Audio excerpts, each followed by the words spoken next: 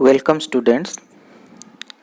आमे माने आज दशम श्रेणी इंग्राजी बहिर एक नूतन विषय उपर आलोचना करने को जाउछे। आमे माने जानिछे आसंता शिक्षा वर्ष रे दशम श्रेणी इंग्राजी बही को परिवर्तन करा जायछि। सेथिरे किछि विषय को डिलीट करा जायछि एवं किछि नूतन विषय को ऐड मध्य करा जायछि। ता भितरु द सॉलिटरी रिपर पोएम मध्य गोटे विषय अटे। The Solitary Reaper is a poem written by William Wordsworth. The Solitary Reaper हेउछि गोटे पोएम बा कविता। एहाकु लिखिछन्ति विलियम वर्ड्सवर्थ। तेबे विलियम वर्ड्सवर्थ के William Wordsworth was a British writer. से हेउछन्ति जणे इंग्रजी लेखक जे कि ब्रिटिश रे जन्म ग्रहण करथिले। से अनेक कविता लिखि जाइछन्ति। तांकर कविता गुड़िक अनेक पुस्तक रे अनेक छात्र छात्री अध्ययन करुछन्ति। तांकर कविता गुड़िक मध्यरु द सॉलिटरी रिपर अन्यतम अटे। तांकर कविता गुड़िक विशेष भावरे प्रकृतिवादी, आवेगपूर्ण एवं हृदयपूर्ण अटे। तेबे तांकर सॉलिटरी रिपर कविताटी वालेट श्रेणीर कविता। कविता को साधारणतः आमे दुई भाग रे विभक्त करिथाउ। गोटे होछि वालेट श्रेणीर कविता, गोटे होछि सनेट श्रेणीर कविता। वालेट कोन? वालेट श्रेणीर कविता गुड़िक हेउछि असीमित, ताहा सरी थाए किंतु ताहा जन लेखकर आवेग रे परिपूर्ण होई पूर्णता प्रकाश पाए। ताहार कोनोसी निर्दिष्ट सीमा न थाए। किंतु सनेट कवितार निर्दिष्ट सीमा थाए।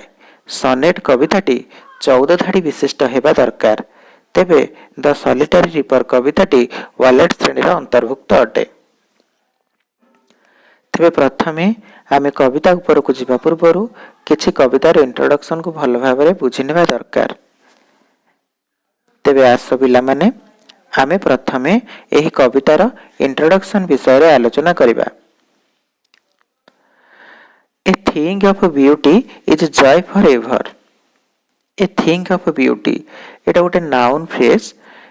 A thing of beauty is joy forever, अर्थात आमे सौंदर्य बा जो जिनसटी सुंदर ताहा हमकु चिरकाल सुख प्रदान करे। आमे जानिछे ओडिया रे गोटे ढग अछि, सुंदर तृप्तिर अवसाद नाही, जेते देखुथिले मन पुरे नाही। तेणु जहा सुंदर ताहा चिरकाल पाई हमको खुशी प्रदान करे। The scenic view of a picture queue side pleases our eyes. आमे जदि गोटे सुंदर सीनेरी को देखिबा तेबे ताहा आम आखि को बांधी रखिबो। ताहा आम आखि को अनेक सुंदरता प्रदान करिबो, अनेक खुशी प्रदान करिबो। The haunting melody of a cuckoo soothes our soul. कोइलीर मीठा मीठा स्वर, कोइलीर मीठा मीठा स्वर आम आत्मा को शांति प्रदान करे। आम आत्मा रे ता स्वरटी लाखी रही जाए। A soulful tone of a singer amuses our heart, गोटे सुंदर कंठशिल्पीर सुंदर स्वर आम हृदय को जय करि निए। The moment we take leave of this sight or sound, they occur to us recurringly in a flashback. आमे जदि एई अनुभूति को पासोरी देबा को चेष्टा करिबा एवं सेही ठारू ताकू अतीत करि देई भविष्यत को आगे चलिबा तेबे मध्य इकुडिक आमर बेले बेले मने पड़ी जाए, हृदय रे पुणी बारंबार अवलोकित हुए। We can hardly part with them, कारण आमे ता सहित अंगांगी भाबरे जड़ित। The voice and the vision have a long lasting effect on us. तेणु आमे जो आमर जो दृश्यपट रही एवं आउ गोटे मीठा स्वर, भयसर मीठा स्वर, ए सब जिनिस आम हृदय को बारंबार अवलोकित करुथाए। आम हृदय रे चिरदिन पर्यंत रहिबा को चेष्टा करे। They continue to be a perennial memory with us, एहा आम हृदय रे चिरस्थायी हो जाए एवं समय क्रमे बेले बेले पुणी हृदय रे उद्भासित होई उठे। They never cease to be, ताहा केबे हेले मृतप्राय होई जाए नाही। तेबे नेक्स्ट पैराग्राफ को आसीबा have you ever experienced such charming beauty and music तुमे माने कौन एहीपरि किछि म्यूजिक बा एहीपरि किछि संगीत बा किछि मिठा अनुभूति तुम मन रे रखिछ कि यू मस्ट हैव निश्चित तुम मन रे किछि मिठा अनुभूति थिबो तिक्त अनुभूति मध्य थाई पारे एवं ताहा समय समय मध्य मन रे उद्भासित हेउथबार लक्ष्य तुमे माने करिथिबो well let us read the following poem to note how the music of a Scottish girl exercised an everlasting impact on the mind of the poet William Wordsworth. तेबे आमे माने आस एही पोएम माध्यम रे जानिबा किपरि गोटे स्कॉटलैंड र झियो कविंक हृदय रे चिरदिन पई रहि जाइथिला। तेबे प्रथमे आमे टेक्स्ट ऊपर को जिबा फास्ट स्टांजा आमे ता पूर्वरु जानि नेबा जे द सॉलिटरी रिपर रो अर्थ हेउछि एकाकिनी शस्य कटाली सॉलिटरी अर्थ हेउछि एकाकी बा निसंग रिपर रो अर्थ हेउछि शस्य कटाली बा शस्य संग्रहकारी द सॉलिटरी रिपर हेउछि एकाकी शस्य कटाली बा एकाकी शस्य संग्रहकारी। तेबे आमे टेक्स्ट रो फास्ट स्टांजा पढिबा Behold her single in the field. Yon solitary highland lass, reaping and singing by herself, stop here or gentle pass. Behold her single in the field. Behold अर्थ हेउछि देखिबा look at something or somebody. Behold अर्थात देख behold her ताकू देख single in the field खेतरे से एकाकी बसिछि ताकू देख यन solitary highland लास यन रो अर्थ हेउछि अदूरवर्ती बा बेसी दूर रे नुह पाखरे से देखा जाउछि यन सॉलिटरी हाईलैंड लास सॉलिटरी अर्थ हेउछि एकाकी देख से बेसी दूर रे बसिनी निकटवर्ती अदूरवर्ती से एवं से एकाकिनी निसंग। हाईलैंड लास हाईलैंड रो अर्थ हेउछि स्कॉटलैंड रो किछि पर्वतपूर्ण अंचल को हाईलैंड कहा जाए। लास अर्थ हेउछि बालिका अर्थात एठी लेखक गोटे बालिका विषय रे कहिसंती जेउ बालिकाटी गोटे पहाड़ तले बसी एकाकिनी शस्य काटी चलीछि। Reaping and singing by herself reaping कहले शस्य काटुछि एंड सिंगिंग बाय हरसेल्फ एवं गीत गाई चलीछि किछि गीत को से गुणगुण होई गाई चलीछि एवं शस्य काटी चलीछि बाय हरसेल्फ निजकु निजे।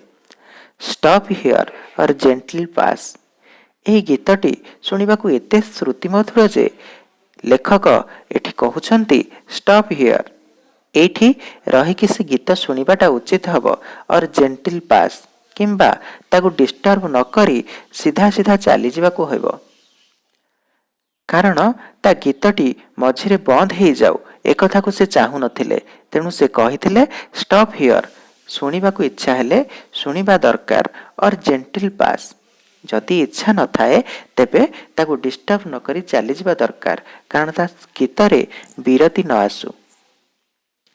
तेबे द्वितीय स्टांजा को जिबा Alone she cuts and binds the grain and signs a melancholy strain. Oh, listen, for the valley profound is overflowing with the sound. Alone कहले एकुटिया से बसिछि Alone she cuts and binds the grain एकुटिया से शस्य को काटी चलीछि एवं ताको बांधी मध्य चलीछि। Binds अर्थ होछि बांधिबा and sings a melancholy strain एवं गीत मध्य गाई चलीछि किपरि गीत ए melancholy strain गोटे दुखद गीत परि मु अनुभव करूछि। एहा लेखकंकु एक दुखद गीत परि लागिछि। स्ट्रेन अर्थ हेउछि गीत बा म्यूजिक मेलानकोली अर्थ हेउछि sad or sorrowful. Then, oh listen, oh ଶୁଣନ୍ତୁ, ଶୁଣ for the valley profound. ଭ୍ୟାଲେ କହିଲେ ଏଠି ଉପତ୍ୟକା, ଭ୍ୟାଲେ ଏହା ଓଲ୍ଡ ଇଂରାଜୀରେ ଲେଖାଯାଇଛି। ଭ୍ୟାଲେକୁ ଆମେ ବର୍ତ୍ତମାନ VALLEY ଆକାରରେ ଲେଖୁଛେ। ଓ ଲିସନ୍ ଫର୍ ଦ ଭ୍ୟାଲେ ପ୍ରୋଫାଉଣ୍ଡ, ଦେଖ କିପରି ଭାବରେ ଉପତ୍ୟକା ଗୁଡ଼ିକ ମଧ୍ୟ ଗଭୀର ଭାବରେ ପ୍ରଭାବିତ ହୋଇଛନ୍ତି ତା ସ୍ୱରରେ। It is ଓଭରଫ୍ଲୋଇଂ with the sound, ଦେଖ ତାର ଗୀତର ପ୍ରତିଧ୍ୱନି କିପରି ଭାବରେ ପ୍ରକମ୍ପିତ ହେଉଛି ସେହି ପାହାଡ଼ କୁଞ୍ଜରେ। No nightingale did ever chant, ଗୋଟେ ନାଇଟ୍ ଆଙ୍ଗେଲ ଅର୍ଥ ହେଉଛି ଗୋବର ପକ୍ଷୀ, ଆମେ ଯାହାକୁ ଓଡ଼ିଆରେ ଗୋବର ପକ୍ଷୀ ବୋଲି କହୁ, ତାର ସ୍ୱରଟି ମଧ୍ୟ ଅତି ମଧୁର। No nightingale did ever chant, nightingale ମଧ୍ୟ ଏପରି ସ୍ୱର କରିପାରିବ ନାହିଁ, ଏପରି ଗୀତ ଗାଇପାରିବ ନାହିଁ। ଚାଣ୍ଟର ଅର୍ଥ ହେଉଛି ଗାଇବା। More welcome notes to weary ବ୍ୟାଣ୍ଡସ୍, ମୋର ୱେଲକମ୍, ଏହି ଗୀତକୁ ଆମେ ୱେଲକମ୍ କରୁଛେ ଟୁ ୱେରି ବ୍ୟାଣ୍ଡସ୍। ୱେରି ଅର୍ଥ ହେଉଛି କର୍ମ କରିସାରିଲା ପରେ ଥକା ହୋଇପଡ଼ିଥିବା କିଛି ଲୋକ, ବ୍ୟାଣ୍ଡସ୍ ଅର୍ଥ ହେଉଛି ଗ୍ରୁପ୍ ଅଫ୍ ପିପୁଲ, କିଛି ଲୋକଙ୍କର ଦଳ ଥକା ହୋଇ ପଡ଼ିଲା ପରେ ମଧ୍ୟ ଏହି ଗୀତକୁ ଶୁଣିବା ପାଇଁ ଅଟକି ଯାଉଛନ୍ତି, କାରଣ ଏହି ଗୀତଟି ସେତିକି ଶ୍ରୁତି ମଧୁର, ଯାହାକୁ କି ନାଇଟ୍ ଆଙ୍ଗେଲ ସ୍ୱରଠାରୁ ଅଧିକ ବୋଲି ଲେଖକ କହିଛନ୍ତି। Of travelers in some shady hunt among Arabian sands, ତେବେ ଯଦି ମରୁଭୂମିରେ ଚାଲି ଚାଲି ଥକି ପଡ଼ିଥିବା ଲୋକଟି ମଧ୍ୟ ଏହି ଗୀତଟି ଶୁଣେ, ସେ ଖୋଜିବ, କ'ଣ ଖୋଜିବ? In some shady haunts, shady haunt ଅର୍ଥ ହେଉଛି ମରୁଭୂମିରେ ଜଳ ଥିବା ଏବଂ ଗୋଟିଏ ବୃକ୍ଷ ଥିବା ଏହିପରି ଗଛ ସେ ଖୋଜିବ, ବସିପଡ଼ି ସେହି ଗୀତ ଶୁଣିବା ପାଇଁ। ଅର୍ଥାତ୍ ଏହାକୁ ଏହି ଅର୍ଥରେ ମଧ୍ୟ କବି ଲେଖିଛନ୍ତି ଯେ ଗୋଟେ ମରୁଭୂମିରେ ଯେମିତି ଜଳ ପାଇଲେ ଯେମିତି ସୁନ୍ଦର ଲାଗେ, ଠିକ୍ ସେହିପରି ଏହି ନିର୍ଜନ ପ୍ରାନ୍ତରରେ ସେହି ବାଳିକାଟିର ଗୀତଟି ସେହିପରି ଶ୍ରୁତିମଧୁର ହୋଇ ଉଠିଛି, ସେହିପରି ଆନନ୍ଦ ଦେଉଛି। ଏମଙ୍ଗ ଆରବିଆନ୍ ସାଣ୍ଡସ୍, ଆରବ ବାଲିରେ, ଆରବ ମରୁଭୂମିରେ ଜଳ ଟିକେ ପାଇଲେ ପଥିକ ଯେପରି ଖୁସି ହୁଏ, ଲେଖକ ସେହିପରି ଖୁସି ହୋଇଯାଇଛନ୍ତି ତା ଗୀତ ଶୁଣିବା ପରେ। Then a voice so thrilling never was heard in springtime from the cuckoo bird, breaking the silence of the seas among the farthest Hebrides. A voice so thrilling, ଏପରି ଗୋଟେ ସ୍ୱର ତାହାର ଯାହାକି ବହୁତ ସୁନ୍ଦର। ଥ୍ରିଲିଂ କହିଲେ ଥରୁଥିବା ଭଏସ୍, ଥରୁଥିବା ସ୍ୱର, ଅର୍ଥାତ୍ ଯାହାର ସ୍ୱରରେ ଅଧିକ ଥ୍ରିଲିଂ ଥାଏ ତାର ସ୍ୱରଟି ଅତି ଶ୍ରୁତିମଧୁର ହୋଇଥାଏ। ତେବେ ଏପରି ସୁନ୍ଦର ସ୍ୱର ସେ କେବେ ଆଗରୁ ଶୁଣି ନାହାନ୍ତି, ଲେଖକ କେବେ ଆଗରୁ ଏହିପରି ସୁନ୍ଦର ସ୍ୱର ଶୁଣି ନାହାନ୍ତି। In spring time from the cuckoo bird, ଏପରିକି କୋଇଲି ଯେତେବେଳେ ବସନ୍ତ ଋତୁରେ ରାବ କରେ, କୁହୁ କୁହୁ ରାବ କରେ, ସେ ଶବ୍ଦଠାରୁ ମଧ୍ୟ ଆହୁରି ଶ୍ରୁତି ମଧୁର ଏହି ବାଳିକାଟିର ଗୀତ। Breaking the silence of the seas, ଏହାର ଗୀତଟି ଏତେ ସ୍ମୃତି ମଧୁର ଯେ ଯାହା ସମୁଦ୍ରର ଗଭୀରତା ବା ସମୁଦ୍ରର ନୀରବତାକୁ ମଧ୍ୟ ଭାଙ୍ଗି ଦେଇପାରେ। ଏମଙ୍ଗ ଦ ଫାର୍ଦେଷ୍ଟ ହେବ୍ରିଡେଜ୍, ଏବଂ ଯେଉଁ ସ୍କଟଲ୍ୟାଣ୍ଡରେ ଯେଉଁ ପାହାଡ଼ ଗୁଡ଼ିକ ଅଛି ତାହାର ନୀରବତା ମଧ୍ୟ ଭାଙ୍ଗି ଦେଇପାରେ। ହେବ୍ରିଡେଜ୍ ଅର୍ଥ ହେଉଛି ଆଇଲ୍ୟାଣ୍ଡରେ ଥିବା କିଛି ପାହାଡ଼ ବା ଦ୍ୱୀପ ଭିତରେ ଥିବା କିଛି ନିର୍ଜନପୂର୍ଣ୍ଣ ସ୍ଥାନ, ଏପରି ସ୍ଥାନକୁ ମଧ୍ୟ ସେ ପ୍ରକମ୍ପିତ କରିପାରେ। ଏତେ ସୁନ୍ଦର ଗୀତ। ତାପରେ Will no one tell me what she sings? Perhaps the plaintive numbers flow for old, unhappy, far-off things and battles long ago. Will no one tell me what she sings? କେହି ଜଣେ ମୋତେ କହିପାରିବେ କି ସେ କ'ଣ ଗାଉଛି? Perhaps, ବୋଧ ହୁଏ, the plaintive numbers flow, କିଛି ଗୋଟେ ଦୁଃଖପୂର୍ଣ୍ଣ ଘଟଣା बा किछि गोटे दुखद अनुभूति को से गीत माध्यम रे गाउछि। फॉर ओल्ड ताहा पुरातन होई पारे, ताहा अतीत होई पारे, ताहार अतीतर किछि दुख को से गीत माध्यम रे गाउछि। अनहैप्पी खुशी नुहे दुखपूर्ण। फार ऑफ थिंग्स बहुत अतीत। एंड बैटल्स लॉन्ग एगो किंबा यह जमिति अतीत रे युद्ध रे घटी जाइथिबा किछि विभीषिकापूर्ण घटना को से गीत माध्यम रे गाई चलीछि। तार स्वरटी एही परी सुंदर थिला जहाकू लेखक एही परी भाबरे अनुभव करथिले कि से दुख रे गीत गाउछि। Or is it some more humble, familiar matter of today, some natural sorrow, loss or pain that has been and may be again? किंबा ଏହା ମଧ୍ୟ ହୋଇଥାଇପାରେ, ଲେଖକ ମନେ ମନେ ଅନୁଭବ କରୁଛନ୍ତି ଯେ ଏହା ମଧ୍ୟ ହୋଇଥାଇପାରେ, ଏହା ବେଶୀ ଦୁଃଖପୂର୍ଣ୍ଣ ନହେଲେ ମଧ୍ୟ ସ୍ୱଳ୍ପ ଦୁଃଖପୂର୍ଣ୍ଣ ହୋଇପାରେ। ଫ୍ୟାମିଲିଆର ମ୍ୟାଟର ଅଫ୍ ଟୁଡେ କିମ୍ବା ଆମର ନୀତିଦିନିଆ ଘଟଣା ଭଳି ଆଜିର ମଧ୍ୟ ଘଟଣା ହୋଇପାରେ। ସମ୍ ନ୍ୟାଚୁରାଲ ସରୋ ଯାହାକି କିଛି ସ୍ୱାଭାବିକ ଦୁଃଖ, ଲସ୍ ଅର୍ ପେନ୍ କିମ୍ବା କ୍ଷତି କଷ୍ଟ ଏହିପରି ଘଟଣାର ପରିପୂର୍ଣ୍ଣ ପ୍ରକାଶ ପାଉଥାଇପାରେ। That has been and may be again ତାହା ଘଟି ଯାଇଥିବା କଥା ହେଇପାରେ କିମ୍ବା ଆଉ ଥରେ ଘଟିବାକୁ ଆସୁଥିବା ଘଟଣା ମଧ୍ୟ ହୋଇପାରେ। ତେବେ ଲେଖକ ତାହାର ଗୀତକୁ ସମ୍ପୂର୍ଣ୍ଣ ରୂପେ ବୁଝି ନାହାନ୍ତି, କିନ୍ତୁ ତାର ସ୍ୱରକୁ ଏତେ ଶ୍ରୁତିମଧୁର ଭାବରେ ଅନୁଭବ କରିଛନ୍ତି ଯେ ସେ ଭାବୁଛନ୍ତି ଯେ ଗୀତଟି ଏହିପରି ହୋଇଥିବ।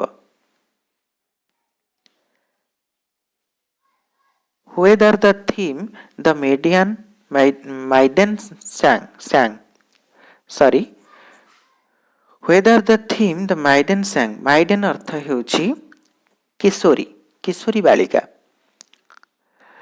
As if her song could have no ending, I saw her singing at her work, and oh here the sickle bending. Whether the theme the maiden sang ଯେତେବେଳେ କିଶୋରୀଟି ଗୀତ ଗାଉଥିଲା ତାହାର ସ୍ୱର ସେ କିଛି ତାର ଶବ୍ଦ ଗୁଡ଼ିକୁ ସେ କିଛି ବୁଝିପାରୁନଥିଲେ, କିନ୍ତୁ ସ୍ୱରକୁ ବାରମ୍ବାର ହୃଦୟରେ ଅନୁଭବ କରୁଥିଲେ। As if her song could have no ending ଯେହେତୁ ତାର ଗୀତଟି ସରିନଥିଲା, I saw her singing at her work ମୁଁ ଦେଖୁଥିଲି ସେ ଗୀତ ଗାଇ ଗାଇ ତା କାମ ସେ କରି ଚାଲିଛି। and oh here the sickle bending ଏବଂ ଦାରେ ଶସ୍ୟକୁ କାଟିକି ତାକୁ ବିଡ଼ା ବାନ୍ଧି ଚାଲିଛି।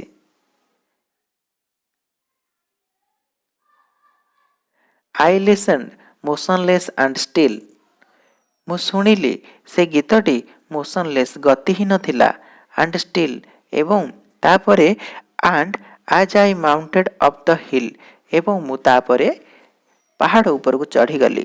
The music in my heart I bore long after it was heard no more ଯେତେବେଳେ ପର୍ଯ୍ୟନ୍ତ ଏହି ଗୀତଟି ମୋ ମନ ଭିତରେ ବାରମ୍ବାର ଉଦ୍ଭାସିତ ହେଉଥିଲା, ମୋତେ ଆନନ୍ଦ କେତେବେଳେ ଦେଉଥିଲା ତ କେତେବେଳେ ମୁଁ ଏ ଗୀତଟି ଶୁଣି ଶୁଣି ବୋର ହୋଇଯାଉଥିଲି। Long after it was heard no more କିଛି ବାଟ ଚାଲିଗଲା ପରେ ତା ସ୍ୱରଟି ଧୀରେ ଧୀରେ ପବନରେ ଲିଭିଗଲା। ତେବେ ଏଇଠି ଥିଲା ଆମର ଦ ସଲିଟାରୀ ରିପର ପୋଏମ୍ କବିତା। ୱେଲକମ୍ ଷ୍ଟୁଡେଣ୍ଟସ୍, ଆମେମାନେ ଆଜି ଦଶମ ଶ୍ରେଣୀ ଇଂରାଜୀ ବହିର ଏକ ନୂତନ ବିଷୟ ଉପରେ ଆଲୋଚନା କରିବାକୁ ଯାଉଛେ। ଆମେମାନେ ଜାଣିଛେ ଆସନ୍ତା ଶିକ୍ଷାବର୍ଷରେ ଦଶମ ଶ୍ରେଣୀ ଇଂରାଜୀ ବହିକୁ ପରିବର୍ତ୍ତନ କରାଯାଇଛି। ସେଥିରେ କିଛି ବିଷୟକୁ ଡିଲିଟ୍ କରାଯାଇଛି ଏବଂ କିଛି ନୂତନ ବିଷୟକୁ ଆଡ଼୍ ମଧ୍ୟ କରାଯାଇଛି। ତା ଭିତରୁ ଦ ସଲିଟାରୀ ରିପର ପୋଏମ୍ ମଧ୍ୟ ଗୋଟିଏ ବିଷୟ ଅଟେ। The solitary reaper is a poem written by William Wordsworth. The solitary reaper ହେଉଛି ଗୋଟିଏ ପୋଏମ୍ ବା କବିତା, ଏହାକୁ ଲେଖିଛନ୍ତି ୱିଲିୟମ୍ ୱାର୍ଡସୱାର୍ଥ। ତେବେ ୱିଲିୟମ୍ ୱାର୍ଡସୱାର୍ଥ କିଏ? William Wordsworth was a British writer. ସେ ହେଉଛନ୍ତି ଜଣେ ଇଂରାଜୀ ଲେଖକ ଯିଏକି ବ୍ରିଟିଶରେ ଜନ୍ମଗ୍ରହଣ କରିଥିଲେ। ସେ ଅନେକ କବିତା ଲେଖି ଯାଇଛନ୍ତି। ତାଙ୍କର କବିତା ଗୁଡ଼ିକ ଅନେକ ପୁସ୍ତକରେ ଅନେକ ଛାତ୍ରଛାତ୍ରୀ ଅଧ୍ୟୟନ କରୁଛନ୍ତି।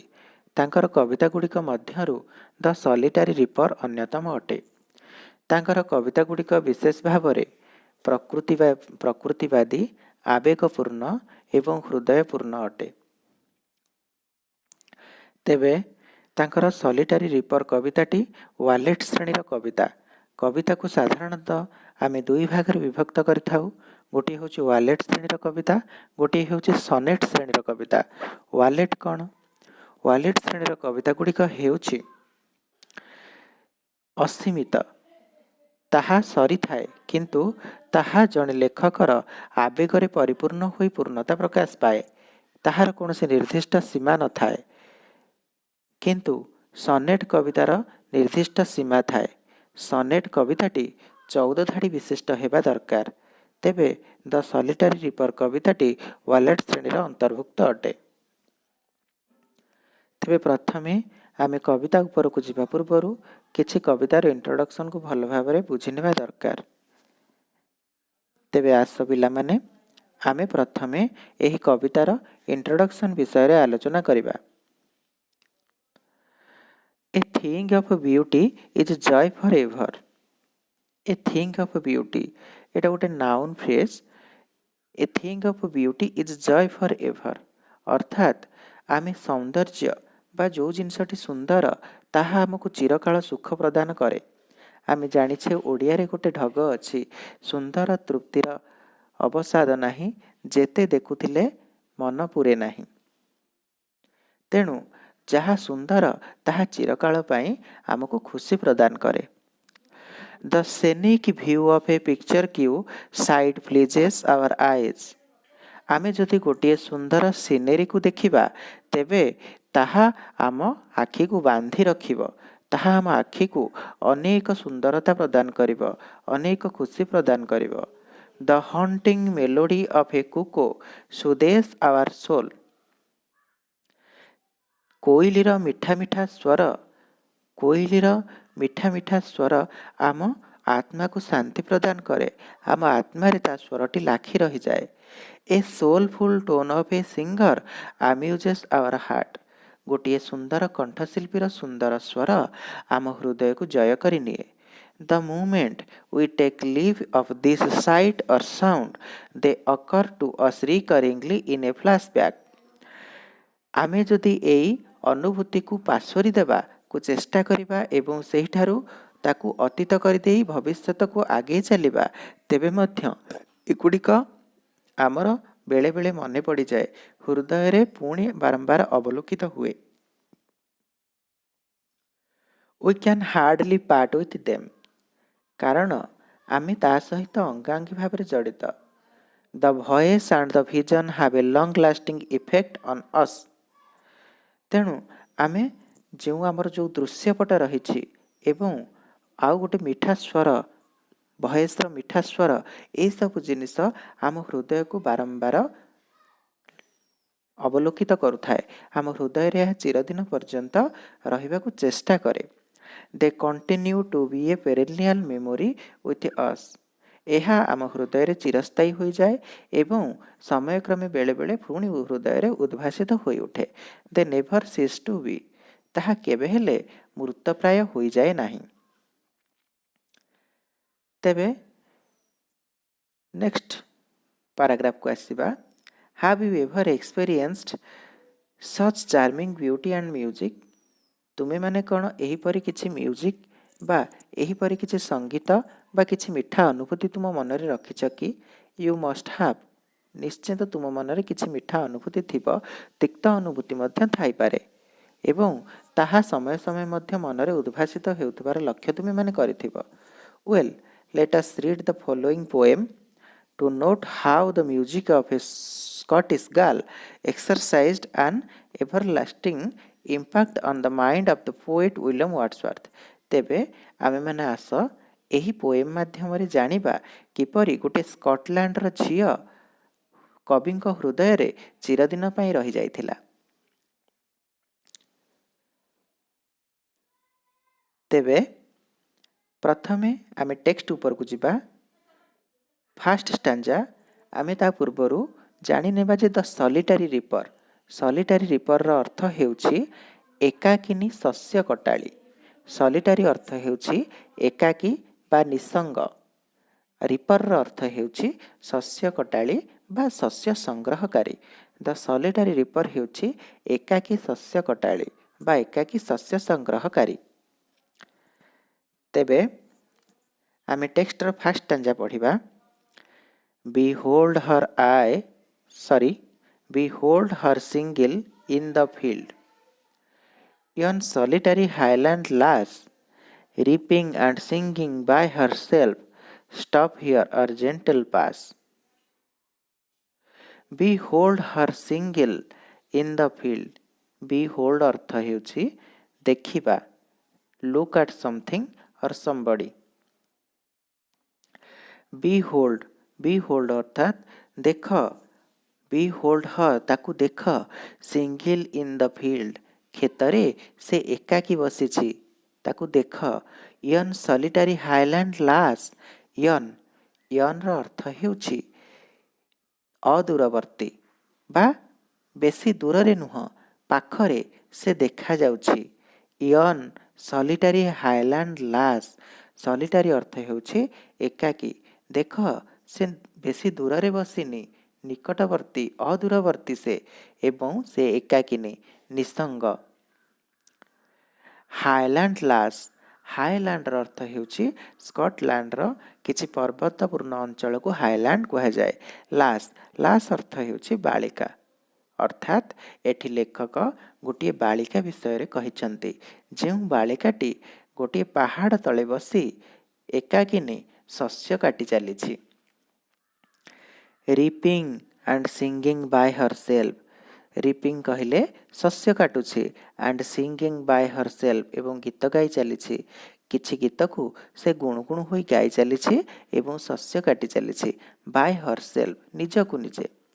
Stop here or gently pass, ଏହି ଗୀତଟି ଶୁଣିବାକୁ ଏତେ ଶ୍ରୁତିମଧୁର ଯେ ଲେଖକ ଏଠି କହୁଛନ୍ତି ଷ୍ଟପ୍ ହିଅର, ଏଇଠି ରହିକି ସେ ଗୀତ ଶୁଣିବାଟା ଉଚିତ ହେବ।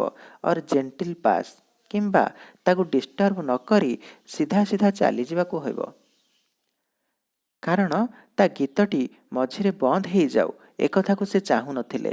ତେଣୁ ସେ କହିଥିଲେ ଷ୍ଟପ୍ ହିଅର, ଶୁଣିବାକୁ ଇଚ୍ଛା ହେଲେ ଶୁଣିବା ଦରକାର। ଅର୍ ଜେଣ୍ଟିଲ୍ ପାସ୍, ଯଦି ଇଚ୍ଛା ନଥାଏ ତେବେ ତାକୁ ଡିଷ୍ଟର୍ବ ନ କରି ଚାଲିଯିବା ଦରକାର, କାରଣ ତା ଗୀତରେ ବିରତି ନ ଆସୁ। ତେବେ ଦ୍ୱିତୀୟ ଷ୍ଟାଞ୍ଜାକୁ ଯିବା। Alone she cuts and binds the grain and signs a melancholy strain. Oh, listen, for the valley profound is overflowing with the sound. Alone କହିଲେ ଏକୁଟିଆ, ଏକୁଟିଆ ସେ ବସିଛି। Alone she cuts and binds the grain, ଏକୁଟିଆ ସେ ଶସ୍ୟକୁ କାଟି ଚାଲିଛି ଏବଂ ତାକୁ ବାନ୍ଧି ମଧ୍ୟ ଚାଲିଛି। ବାଇଣ୍ଡ୍ସର ଅର୍ଥ ହେଉଛି ବାନ୍ଧିବା। and sings a melancholy strain, ଏବଂ ଗୀତ ମଧ୍ୟ ଗାଇ ଚାଲିଛି। କିପରି ଗୀତ?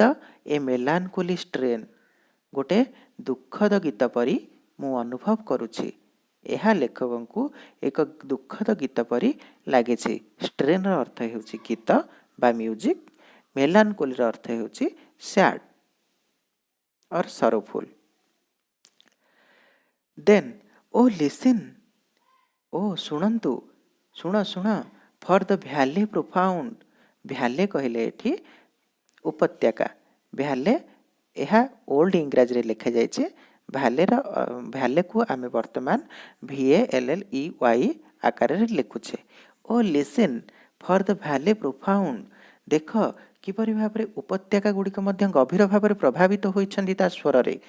It is ଓଭରଫ୍ଲୋଇଂ with the sound, ଦେଖ ତାର ଗୀତର ପ୍ରତିଧ୍ୱନି କିପରି ଭାବରେ ପ୍ରକମ୍ପିତ ହେଉଛି ସେହି ପାହାଡ଼ କୁଞ୍ଜରେ।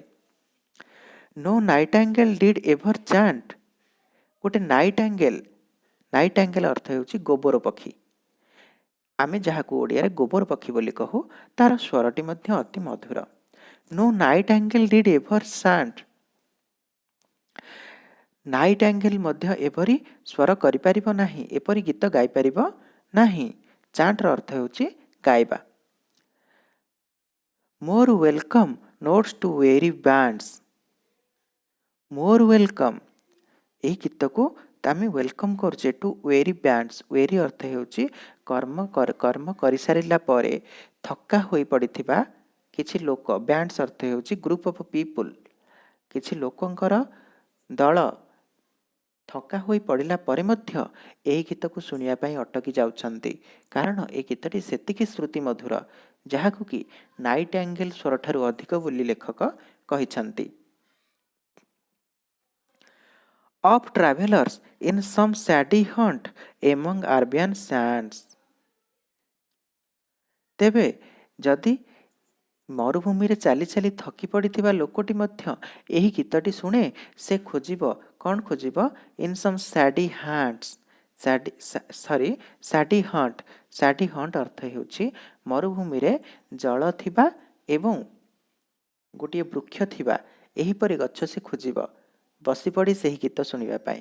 ଅର୍ଥାତ୍ ଏହାକୁ ଏହି ଅର୍ଥରେ ମଧ୍ୟ କବି ଲେଖିଛନ୍ତି ଯେ ଗୋଟେ ମରୁଭୂମିରେ ଯେମିତି ଜଳ ପାଇଲେ ଯେମିତି ସୁନ୍ଦର ଲାଗେ, ଠିକ୍ ସେହିପରି ଏହି ନିର୍ଜନ ପ୍ରାନ୍ତରରେ ସେହି ବାଳିକାଟିର ଗୀତଟି ସେହିପରି ଶ୍ରୁତିମଧୁର ହୋଇ ଉଠିଛି, ସେହିପରି ଆନନ୍ଦ ଦେଉଛି। Among Arabian sands. ଆରବିଆନ୍ ଆରବ ବାଲିରେ, ଆରବ ମରୁଭୂମିରେ ଜଳ ଟିକେ ପାଇଲେ ପଥିକ ଯେପରି ଖୁସି ହୁଏ, ଲେଖକ ସେହିପରି ଖୁସି ହୋଇଯାଇଛନ୍ତି ତା ଗୀତ ଶୁଣିବା ପରେ। Then a voice so thrilling never was heard in springtime from the cuckoo bird, breaking the silence of the seas among the farthest Hebrides। A voice so thrilling. ଏପରି ଗୋଟେ ସ୍ୱର ତାହାର ଯାହାକି ବହୁତ ସୁନ୍ଦର। ଥ୍ରିଲିଂ। ଥ୍ରିଲିଂ କହିଲେ ଥରୁଥିବା ଭଏସ୍, ଥରୁଥିବା ସ୍ୱର, ଅର୍ଥାତ୍ ଯାହାର ସ୍ୱରରେ ଅଧିକ ଥ୍ରିଲିଂ ଥାଏ ତାହାର ସ୍ୱରଟି ଅତି ଶ୍ରୁତିମଧୁର ହୋଇଥାଏ। ତେବେ ଏପରି ସୁନ୍ଦର ସ୍ୱର ସେ କେବେ ଆଗରୁ ଶୁଣି ନାହାନ୍ତି। ଲେଖକ କେବେ ଆଗରୁ ଏହିପରି ସୁନ୍ଦର ସ୍ୱର ଶୁଣି ନାହାନ୍ତି। In spring time from the cuckoo bird. ଏପରିକି କୋଇଲି ଯେତେବେଳେ ବସନ୍ତ ଋତୁରେ ରାବ କରେ, କୁହୁ କୁହୁ ରାବ କରେ, ସେ ଶବ୍ଦଠାରୁ ମଧ୍ୟ ଆହୁରି ଶ୍ରୁତିମଧୁର ଏହି ବାଳିକାଟିର ଗୀତ। Breaking the silence of the seas. ଏହାର ଗୀତଟି ଏତେ ସ୍ମୃତିମଧୁର ଯେ ଯାହା ସମୁଦ୍ରର ଗଭୀରତା ବା ସମୁଦ୍ରର ନୀରବତାକୁ ମଧ୍ୟ ଭାଙ୍ଗି ଦେଇପାରେ। Among the farthest ହେବ୍ରିଡେଜ୍।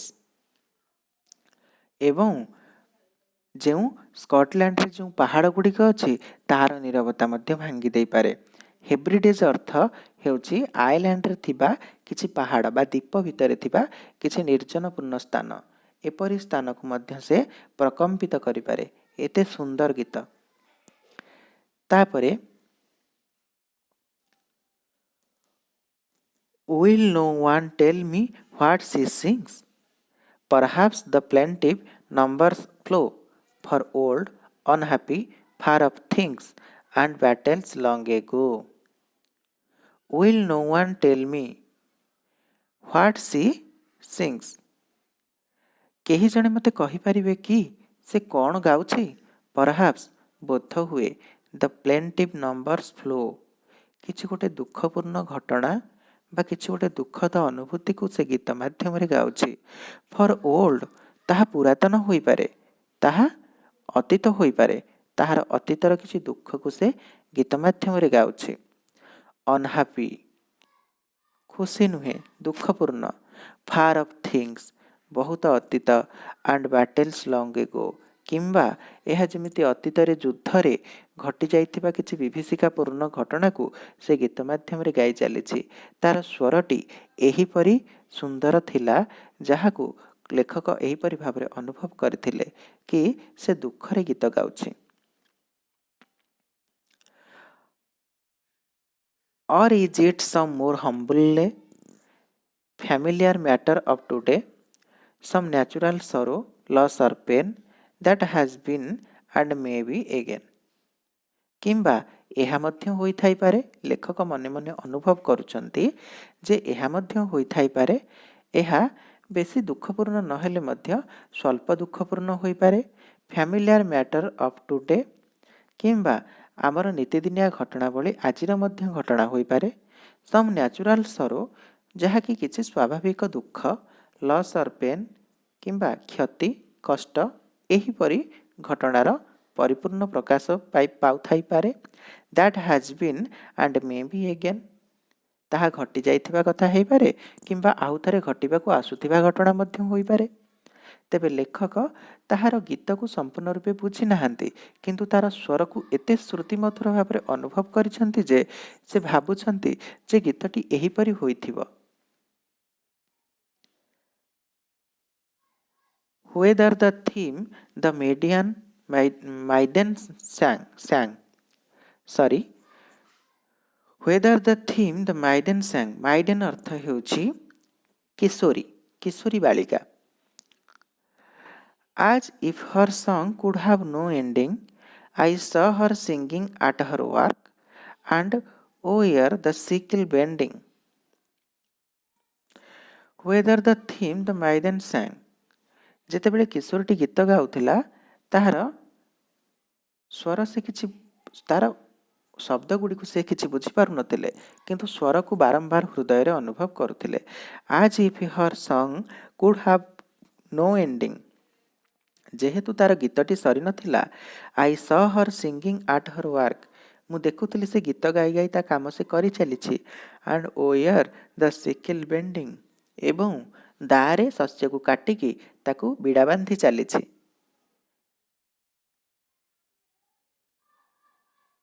I ଲିସନ୍ଡ ମୋସନଲେସ୍ and steel ମୁଁ ଶୁଣିଲି ସେ ଗୀତଟି ମୋସନଲେସ୍ ଗତିହୀନ ଥିଲା ଆଣ୍ଡ ଷ୍ଟିଲ୍ ଏବଂ ତାପରେ and as I mounted up the hill ଏବଂ ମୁଁ ତାପରେ ପାହାଡ଼ ଉପରକୁ ଚଢ଼ିଗଲି।